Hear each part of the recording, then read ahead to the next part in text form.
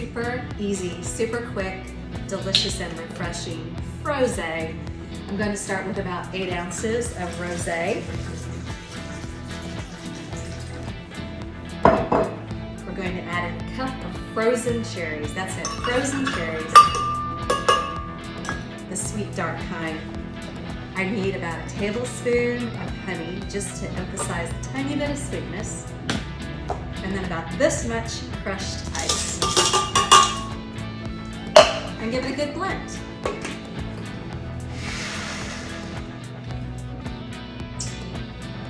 There we go. Oh yeah.